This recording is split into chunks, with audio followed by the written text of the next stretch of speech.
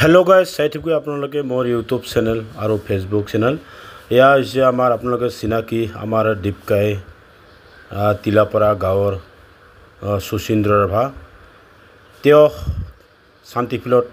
সোণালী জয়ন্তীত গৈছিল তাৰে এটা সৰু দৃশ্য লৈ আপোনালোকক মই ওলাইছোঁ ইয়া আজি 13 তাৰিখ 7 মাহ 2025 12 বজাৰ পিছত দিনত তেওঁৰ মৃত্যুবৰণ কৰে অৰ্থাৎ স্বৰ্গবাস হয়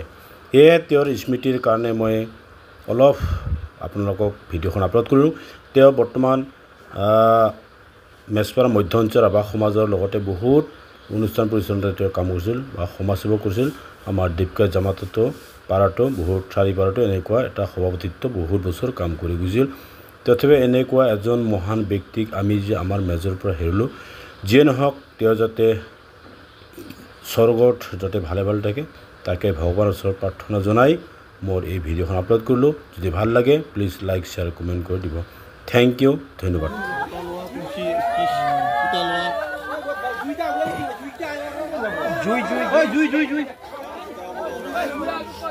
জুই আৰ লতা